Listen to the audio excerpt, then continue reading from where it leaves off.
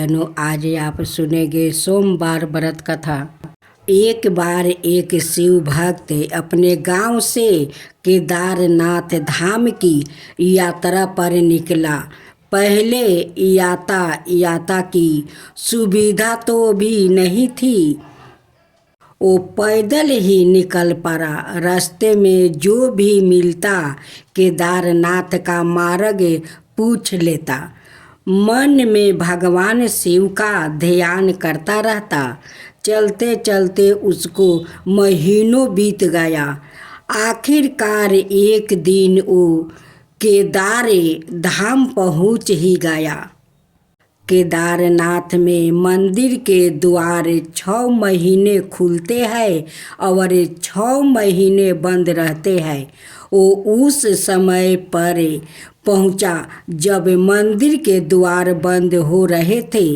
पंडित जी को उसने बताया वो बहुत दूर से महीने की यात्रा करके आया है। पंडित जी से प्रार्थना की, कृपा करके दरवाजे खोलकर प्रभु के दर्शन करवा दीजिए। लेकिन वहाँ का तो नियम है, एक बार बंद तो बंद, नियम तो नियम होता है। वो बहुत रोया, बार बार भगवान शिव को याद किया कि प्रभु बस एक बार दर्शन करा दो। वो प्रार्थना कर रहा था सभी से, लेकिन किसी ने भी नहीं सुनी। पंडित जी बोले, अब यहाँ 6 महीने बाद आना। 6 महीने बाद यहाँ के दरवाजे खुलेंगे। यहाँ 6 महीने बर्फ और ठंड पड़ती है। और सभी जन वहाँ से चले गए। वो वहीं पर रोता रहा। रोते रोते रात होने लगी। चारों तरफ अंधेरा हो गया, लेकिन उसे विश्वास था अपने शिव पर कि वो जरूर कृपा करेंगे। बहुत दिन चलने की वजह से उसने बहुत भूख और प्यास भी लग रही थी। उसने किसी की आने की आहट सुनी। देखा एक सन्यासी बाबा उसकी ओर आ रहा है।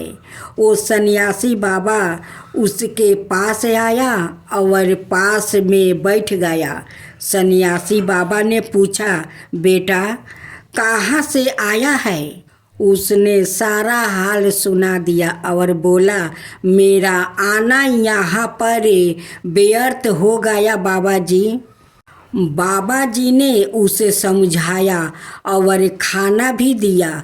और फिर बहुत देर तक बाबा उससे बात करते रहे। बाबा जी को उस पर दया आ गई। वो बोले, बेटा मुझे लगता है सुबह मंदिर जरूर खुलेगा और तुम्हें जरूर दर्शन करना प्राप्ति होगा। बातों बातों में इस भक्त को ना जाने कब नींद आ गई। सूर्य के मध्यम प्रकाश के साथ भक्त की आंख खुली। उसने इधर उधर बाबा को देखा, किंतु वहाँ कहीं नहीं थे। उससे पहले कि वो कुछ समझ पाता, उसने देखा पंडित जी आ रहे हैं अपनी पूरी मंडली के साथ।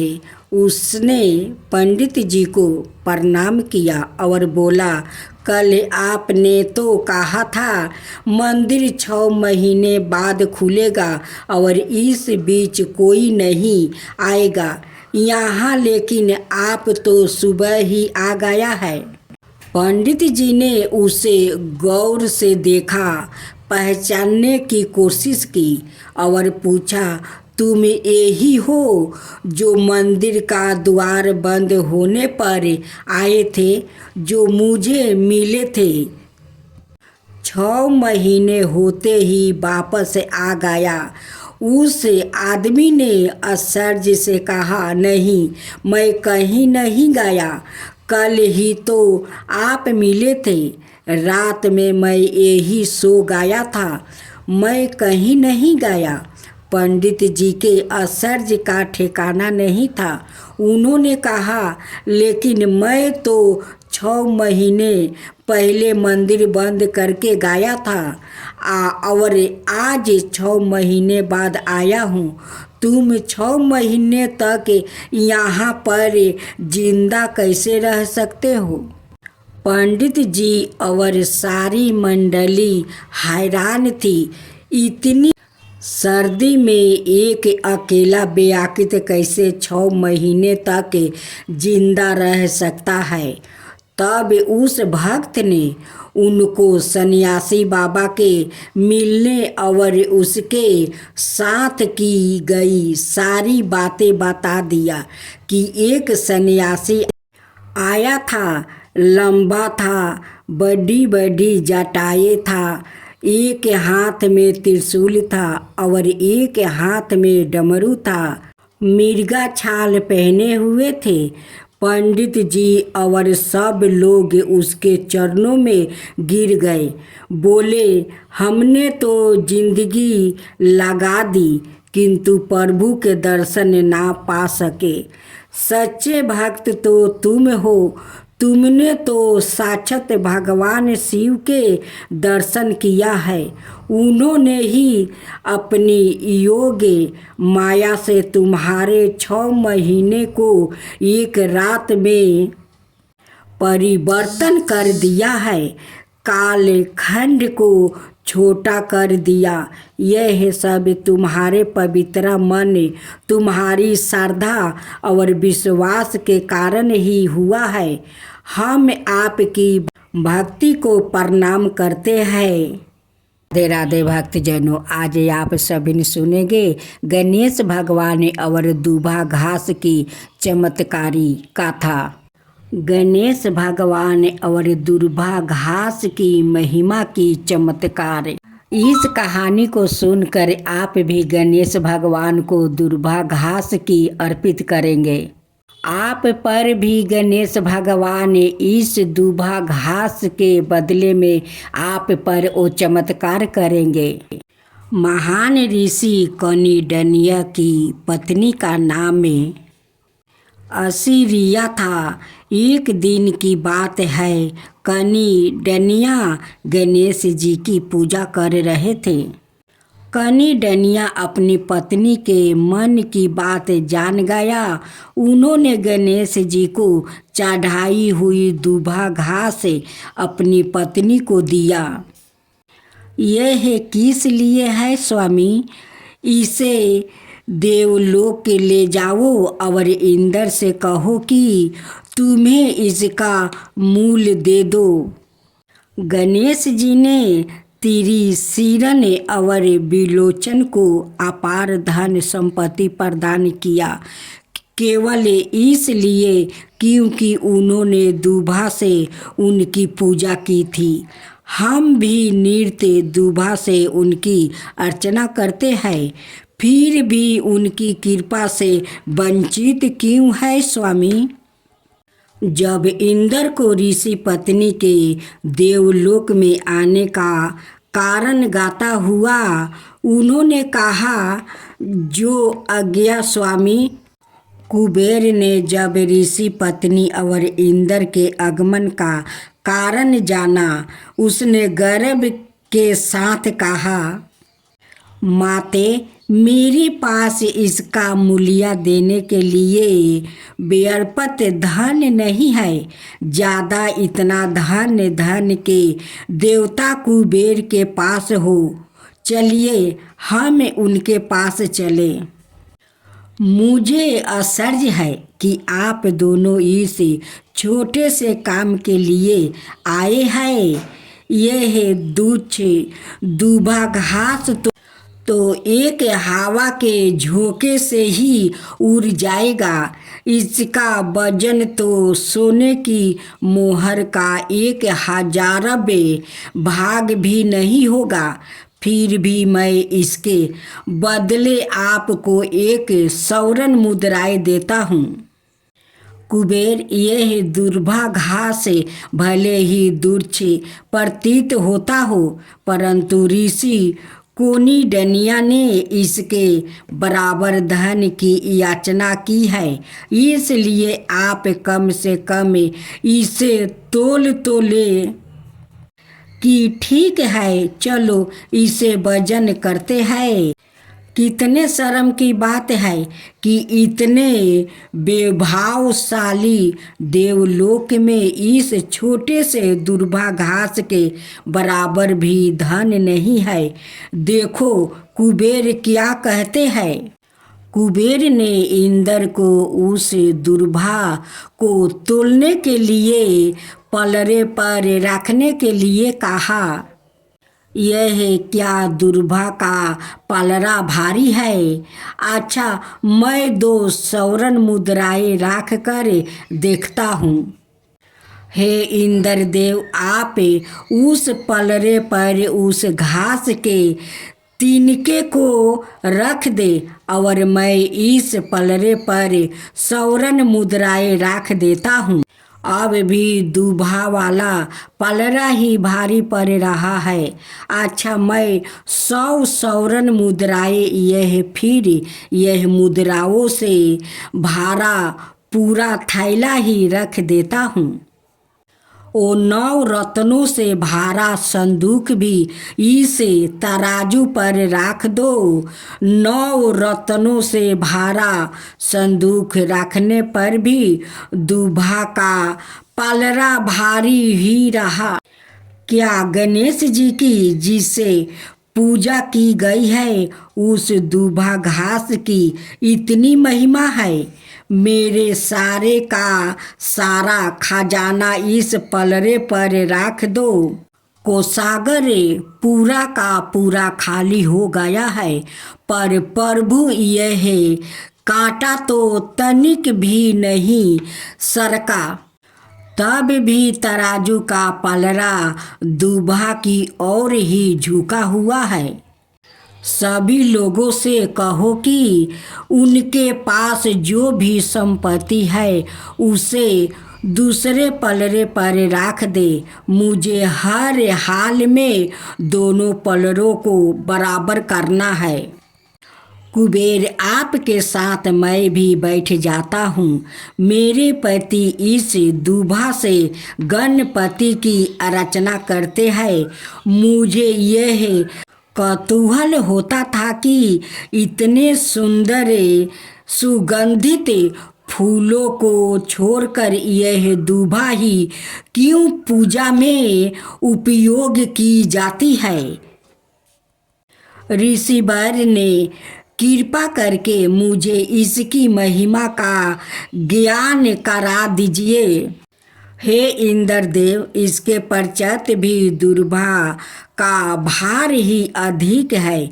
मुझे अपनी धन संपत्ति पर बड़ा गर्व था, पर अब सब इस दुर्भा के समक्ष नगण्य साबित हो गई है। मेरा अहंकार चूर चूर हो गया है।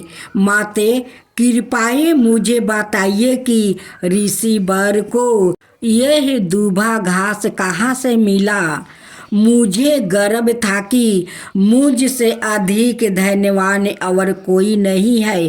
अब मेरी आंखें खुल गई है, पर अब हम करें क्या। दुभा का पलड़ा तो अब भी भारी है। हम ऋषिवर को इसके बदले में क्या दे सकते हैं। केवल भगवान शिव ही हमारा मार्गदर्शन कर सकते हैं। चलो हम उन्हें प्रार्थना करें। उनकी प्रार्थना से प्रसन्न होकर शिव जी उनके समक्ष प्रकट हुए। क्या तुम्हें उस दुभा की महिमा का जिससे गणेश की पूजा की गई है ज्ञान हो गया है। ऋषि कोनिडनिया गणेश के महान भक्त है।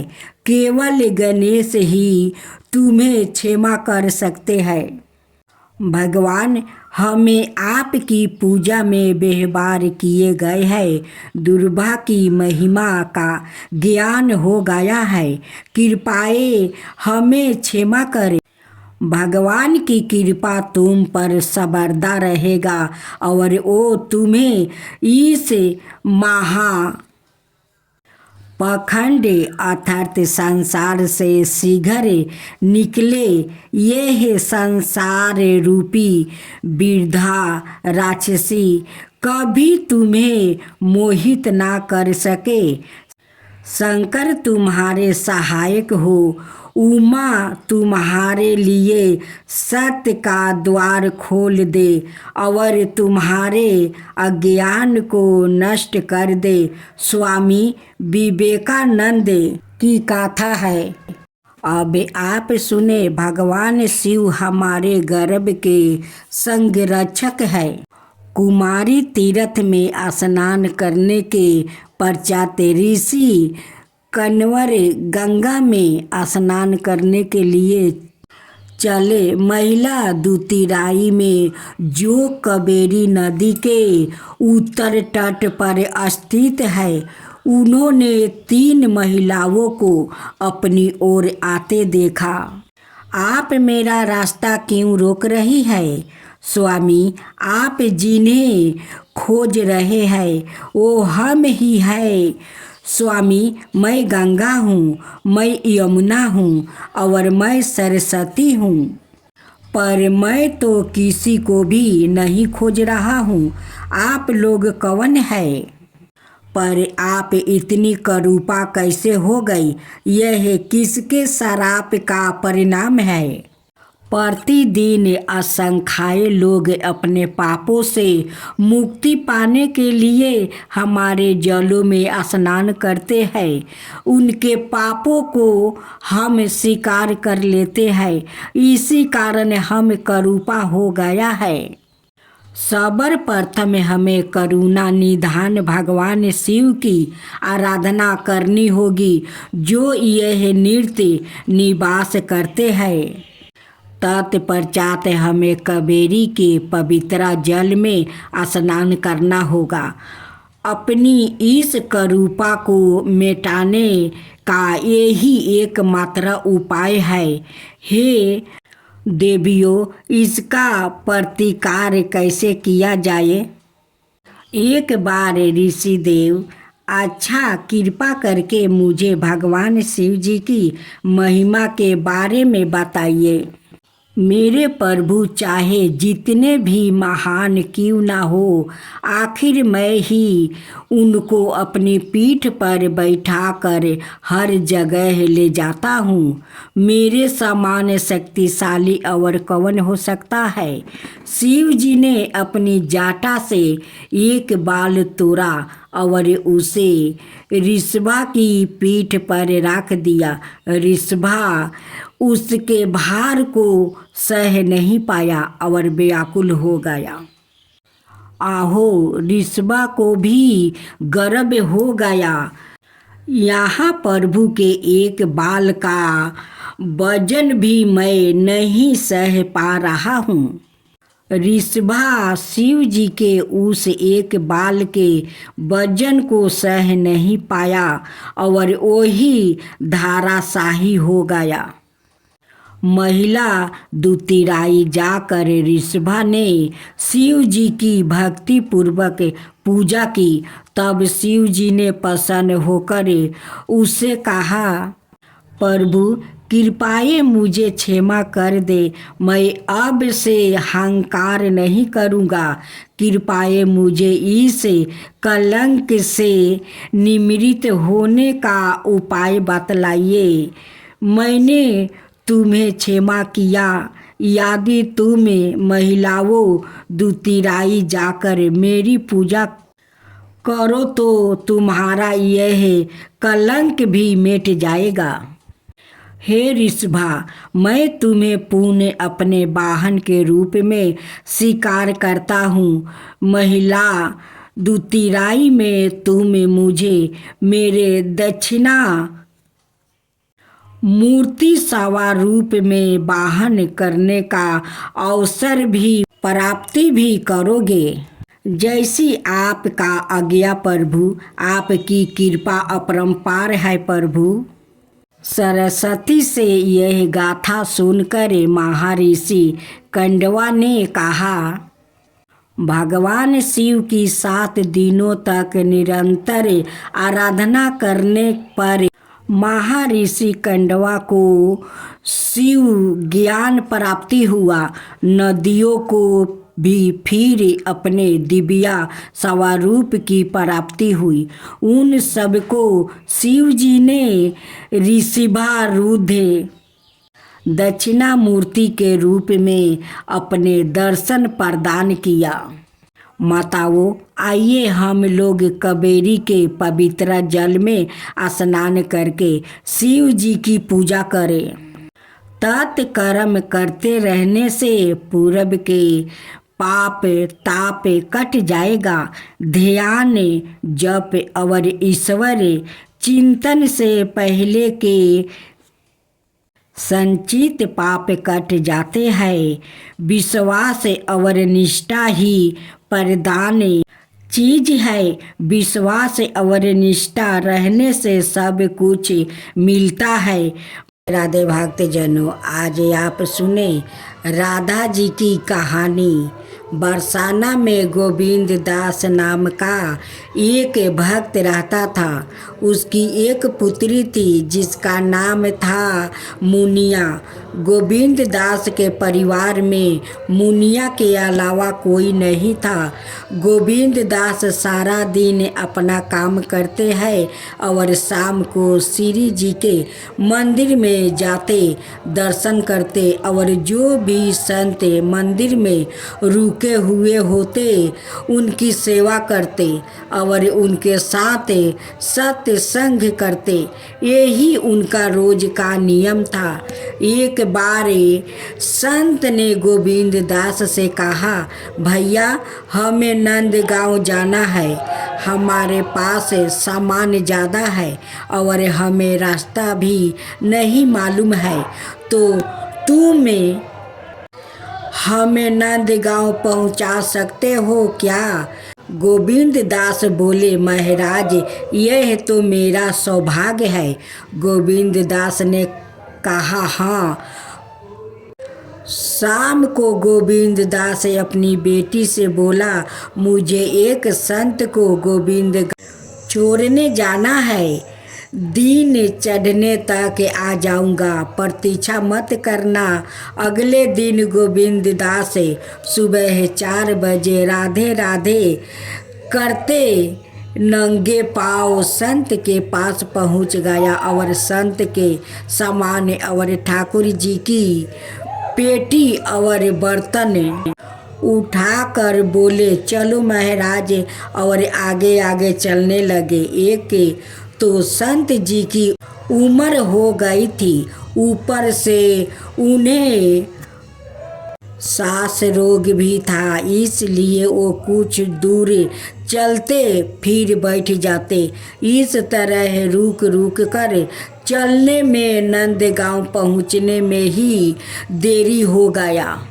मंदिर पहुंचकर गोविंद दास ने सामान रखा और बोला, महाराज अब चलते हैं। संत जी बोले, भाई तुम इतनी दूर से मेरे साथ आए हो, तनिक विश्राम कर लो, कुछ जलपान कर लो, फिर चले जाना। तो गोविंद दास ने कहा कि यह क्या कह रहे हो महाराज?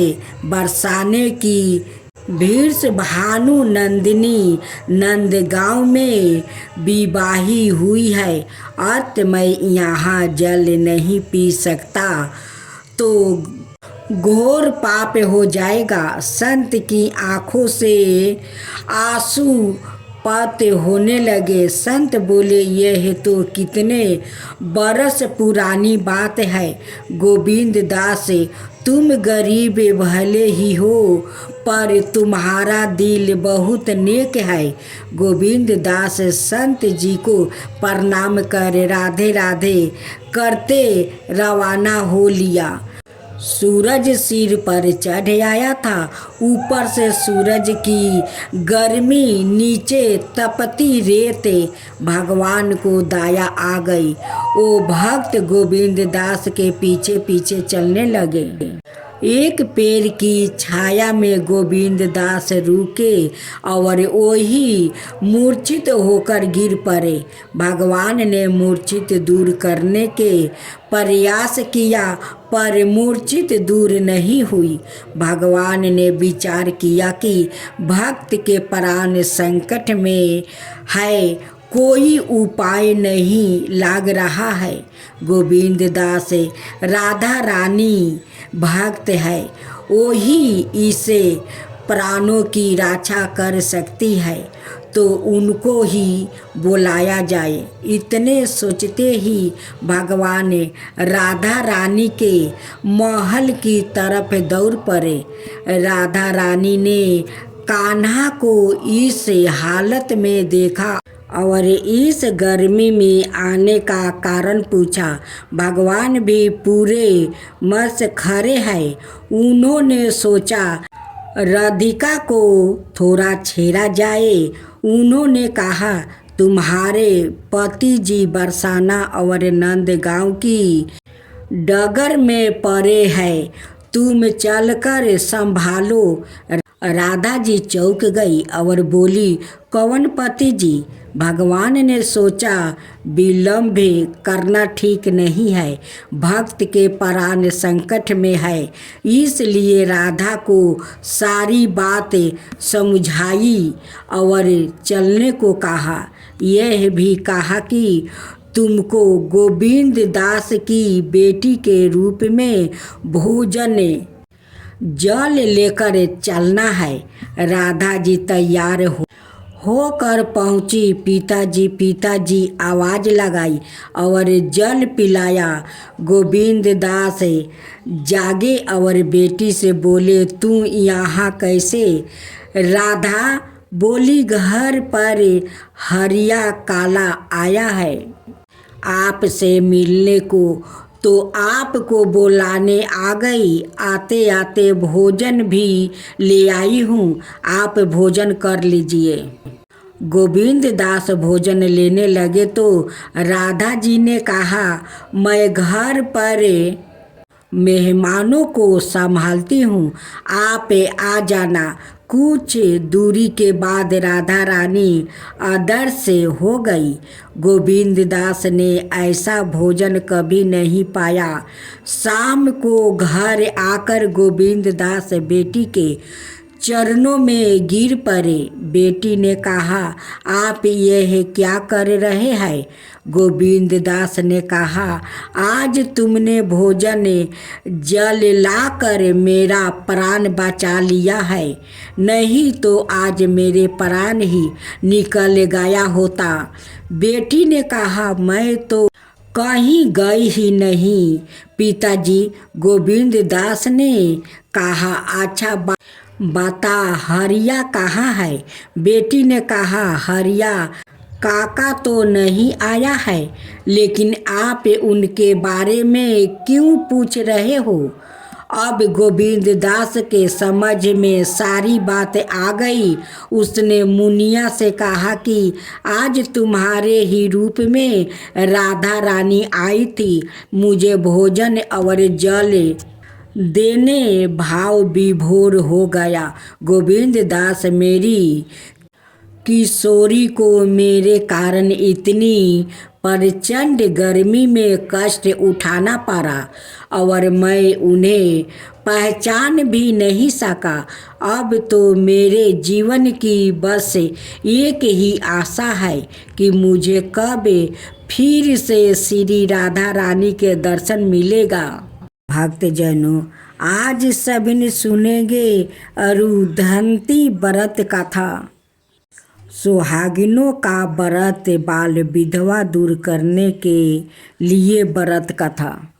महात्म्य। यद्यपि इस व्रत का प्रचलन कुछ प्रदेशों तक ही सीमित रह गया है, फिर भी दक्षिण भारत में इसका अधिक परिचलन है। महर्षि कर्दम की पुत्री और ऋषि वशिष्ठ की पत्नी अरुंधति के नाम से इस व्रत का नामकरण हुआ। यह व्रत जन्म जन्मांतरों के बाल विधवा दोष को दूर करता है, अटल सौभाग्य प्रदान करता है, आदर्श प्रेरणाएं प्रदान करे, स्त्री चरित्र के उत्थान में सहायक होता है। इसके अलावा पुत्र रूप और समृद्धि प्राप्ति के लिए भी इसे किया जाता है। इसलिए सौभाग्यवती महिलाओं के लिए इस व्रत का अधिक महत्व माना गया है। पूजन विधि विधान। इस व्रत को करने का अधिकार केवल स्त्रियां को ही है। स्कंद पुराण अनुसार यह व्रत चैत्र शुक्ल की प्रतिपदा से आरंभ होकर तृतीया तक यानी 3 दिन चलता है। व्रत की शुरुआत प्रतिपदा को करे ओ स्नान करे, यह संकल्प करे, हे माता, मुझे इस जन्म में और दूसरे जन्म में बाल विधवा होने का दुख ना हो, मेरा सौभाग्य अखंड बना रहे, पुत्र रूप और समृद्धि मिले। इस कारण मैं आपका अरुंधति व्रत करती हूँ। फिर यह व्रत निर्विघ्न संपन्न हो जाए, उसके लिए गणपति जी का पूजन करें। दूसरे दिन तृतीया का द्रुप वशिष्ठ और अरुंधति की सोने से निर्मित मूर्तियों को स्थापित करने के लिए धान का ढेर बनाए और उस पर कलश रख कर उसके ऊपर यह तीनों मूर्तियां स्थापित करे। पहले आह्वान करके षोडशोपचार पूजन करे और प्रार्थना करे कि हे माता, वशिष्ठ जी से प्रिया बोलने वाली देवी, आप मुझे अखंड सौभाग्य धन धनाए और पुत्र प्रदान करे। फिर वशिष्ठ और द्रुप का पूजन विधि विधान से करे। अगले दिन तृतीया को शिव पार्वती का पूजन कर व्रत तोड़े, ब्राह्मणों को भोजन करवाकर सुयोग्य पुरोहित को मूर्तियां का दान कर दे। पुराने जमाने में सब शास्त्रों के गाता एक ब्राह्मण था। उसकी एक अति सुंदर कन्या थी। दुर्भाग्य से वो बाल विधवा हो गई। महके में रहते हुए उसने विधवा धर्म का पालन किया। यमुना नदी के किनारे वो तपस्या कर रही थी कि उधर से भगवान शंकर और पार्वती घूमते हुए निकले। पार्वती ने शिव जी से इसके बाल विधवा होने का कारण जानना चाहिए, तो शिव जी ने कहा, पहले जन्म में यह एक कुलीन ब्राह्मण था। एक सुंदर कन्या से विवाह करके यह परदेश चला गया। वहाँ एक सुंदरी स्त्री से इसे प्रेम हो गया। अपनी पहली पत्नी का जीवन व्यर्थ करने का और दूसरी से संबंध जोड़ने के पाप के कारण यह ब्राह्मण इस जन्म में स्त्री प्राप्ति हुआ और विधवा भोग रहा है। जो स्त्री मनमानी या अंत कारण से एकांत में छिप कर व्यभिचारी करती है अथवा दूसरा पुरुष कर लेती है, यह फिर मद से परमादा हुई भोगों को भोगती है। वो इन दुष्ट कर्मों के कारण बाल विधवा हो जाती है। जो पुरुष कुलीन, सदाचारिणी, अनुकूला स्वभाव पत्नी को छोड़कर दूसरी से रमन करता है, वो पापी दूसरे जन्म में स्त्री विहीन यानी विधुर होता है। शिव जी के ऐसे वचन सुनकर पार्वती ने उनसे इस पाप से छूटने का उपाय पूछी। यह सुनकर शिव जी बोले, मैं बाल विधवा का नाश करने वाले और सौभाग्य प्रदान करने वाले एक व्रत के बारे में तुम्हें बताता हूँ। इस व्रत का नाम है अरुंधति व्रत। इसको करने और सुनने से बाल विधवा का पाप से मुक्ति मिल जाती है। इस व्रत की जानकारी पाकर पार्वती ने उस स्त्री से यह व्रत करवाई। इसके पूरन से वो स्त्री विधवा से छूट गई और स्वर्ग में चली गई। तभी से अरुंधति व्रत का विधान चल पड़ा। जो लोग शीतला सप्तमी का पूजा करते हैं, उनकी श्रद्धा भक्ति से कथा सुनते हैं, उन पर माँ शीतला बहुत प्रसन्न होती है, उनकी मन चाहा फल भी देती है। तो भक्त जनों, माँ शीतला पूर्ण फल लेकर आ रही है अपना भक्त के लिए। माँ शीतला सभी को धन दौलत भी देगी और सारे मनोकामनाओं को पूर्ण करने वाली है। माँ शीतला की जय हो, माँ शीतला की जय हो। आज शीतला माता का खूब सुंदर कथा सुने। एक गांव था, उस गांव का लोग शीतला माता को नहीं जानते कि कौन शीतला माता है, उनकी क्या विधि विधान है, कैसी पूजा है, वो सभी लोग का पता नहीं था। उस गांव का सभी लोग बीमार था और सभी लोग का शरीर में बड़े बड़े फोड़ा हुआ था। उस गांव का लोग बहुत गरीब थे, खाने पीने को बहुत तकलीफ था, वो लोग बहुत तकलीफ झेल रहे थे। और दूसरा बात है कि बूढ़ से जवान तक सारे लोग बीमार थे, सभी का शरीर में बड़े बड़े फोड़ा हुआ था। उस बीमारी के कारण वो लोग बहुत परेशान था। वो लोग बहुत दुखद और चिंतित थे कि ऐसा क्या करूं कि हमारा परिवार ठीक हो जाए, इस बीमारी से मुक्त हो जाए। उसी गांव में एक जात का डोमिन थी कि वो रात को लबड़ी और हलवा बनाई थी, लेकिन उन्हीं को बेटा को भी तो बीमारी हुआ था और सभी को दुख तकलीफ देखकर वो डोमिन भी दुखित थी कि सब गांव वालों को क्या हो गया है कि ये बीमारी एक गांव में फैल गया है, मेरा बेटा को भी हो गया है, हम लोग ऐसा क्या करें। वो रात को जो लबड़ी और हलवा बनाई, वो डोमिनी चखी तक नहीं कि उस हलवा और लबड़ी का स्वाद कैसा हुआ है। वो बेचारी को मुख में लगाने को मन नहीं किया, वो बहुत दुखित थी। लबड़ी और हलवा रात को बनाई थी, वो ऐसे ही लबड़ी और हलवा वो रह गया, वो तो सुबह बासी हो गया। उसी दिन शीतला अष्टमी थी। उस दिन शीतला माँ उसी नगर में अपना भेष बदलते हुए जा रही थी। एक औरत अपना छत के ऊपर से दाल बनाई थी, उस दाल में थोड़ा नमक बेसी हो गया था, उसलिए छत के ऊपर से ऐसा दाल फेंकी कि माँ शीतला का शरीर पर जाकर गिर गया।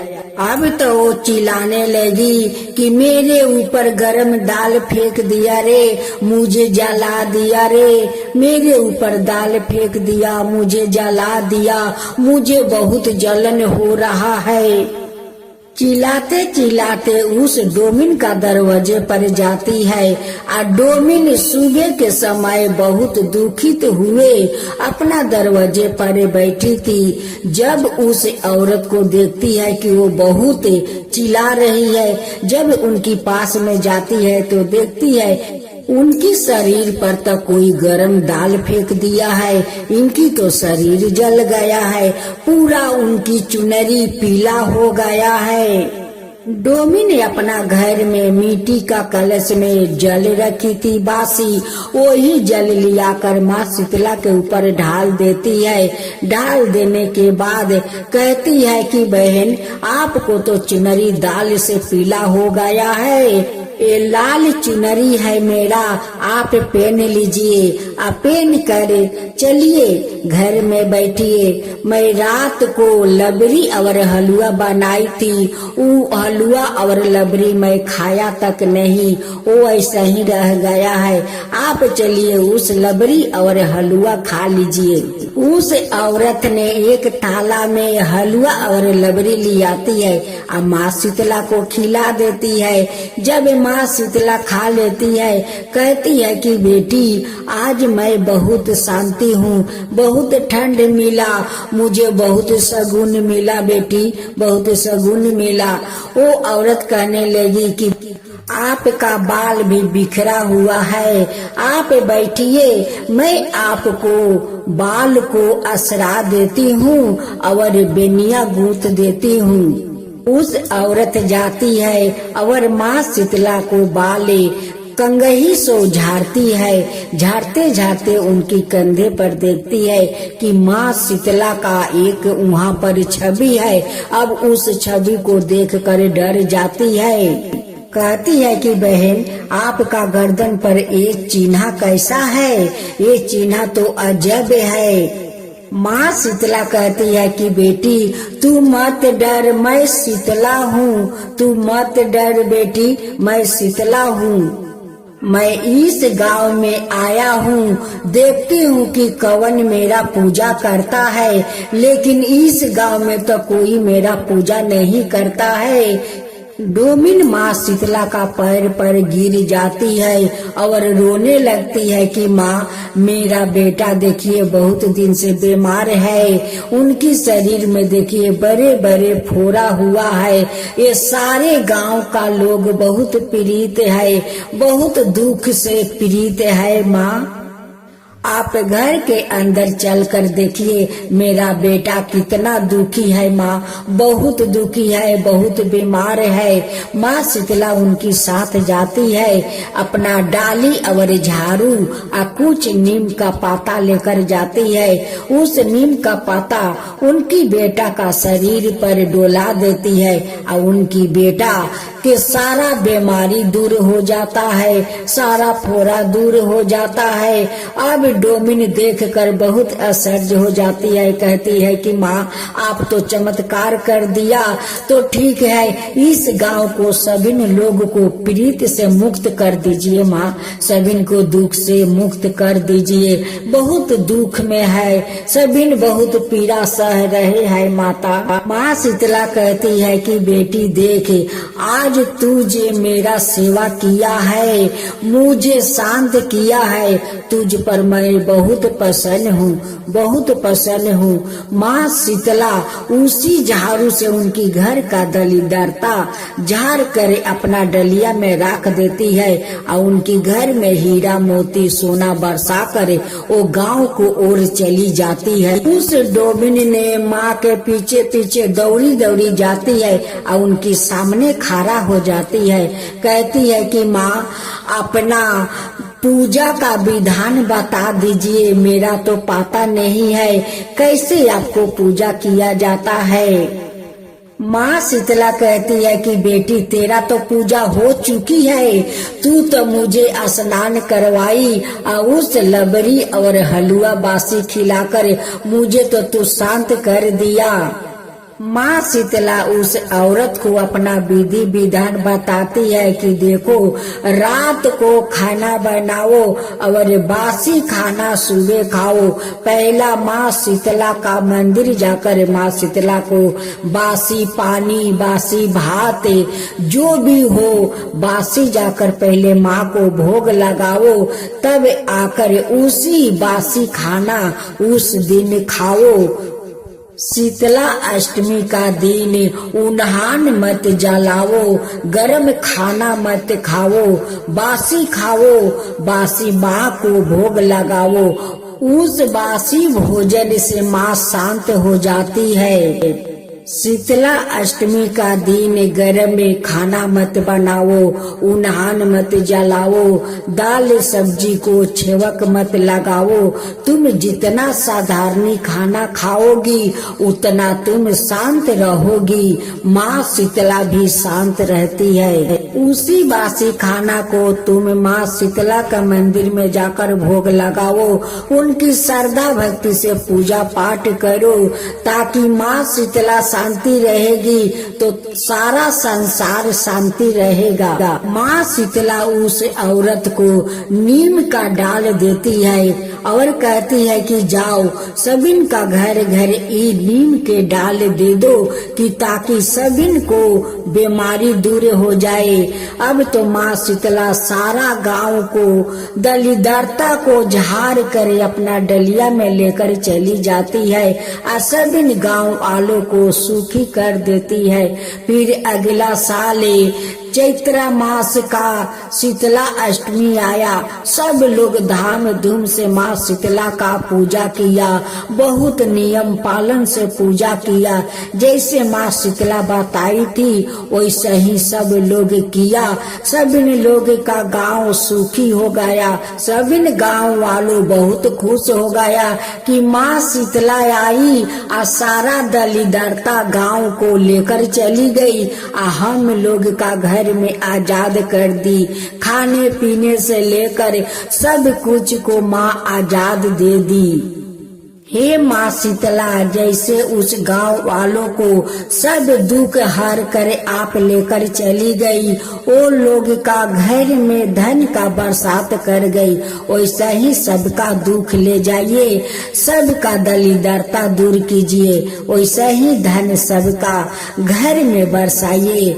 माँ शीतला की जय हो, माँ शीतला की जय हो। जय शीतला माता मैया, जय शीतला माता, याद ज्योति महारानी सब फल की दाता। जय शीतला माता, रतन सिंहासन शोभिते सब छतरा भरता, रिंधी सीधी चावर डोलावे जगमग छवि छाता। जय शीतला माता, विष्णु सेवती ठाणे सेवे शिव दाता, वेद पुराण परिणति पर नहीं पाता। जय शीतला माता, इंदर मृग बजावती चंदर बिना था, सूरज ताल बजाते नारद मुनि गाता। जय शीतला माता, घंटा शंख सहनाई बाजे माँ भरता, करो भक्तों जन आरती लखी लखी हरता। जय शीतला माता, ब्रह्मा रूपी वरदानी तुम ही तीन कल गाता, भक्तन को सुख देना मातु पिता मरता। जय शीतला माता, जो भी ध्यान लगा में प्रेम भक्ति लगता, सकल मनोरथ पावे भाव निधि तर जाता। जय शीतला माता। रोगन से जो पीड़ित कोई सर करी आता, कोडी पाँव निर्मल काया, अन्न धन नेत्र पाता, जय शीतला माता। बांझ पुत्र को पावे, दरिद्रता कट जाता, ताको जो नाही सिरि धन पछताता, जय शीतला माता। शीतला आरती जननी तू ही है जग ताराता, उत्पत्ति व्याधि विनाशक तू ही सबकी गाता, जय शीतला माता। दास विचित्र कर जोर सुने, मेरी माता भक्ति अपनी दीजो, और ना कुछ भाता, जय शीतला माता।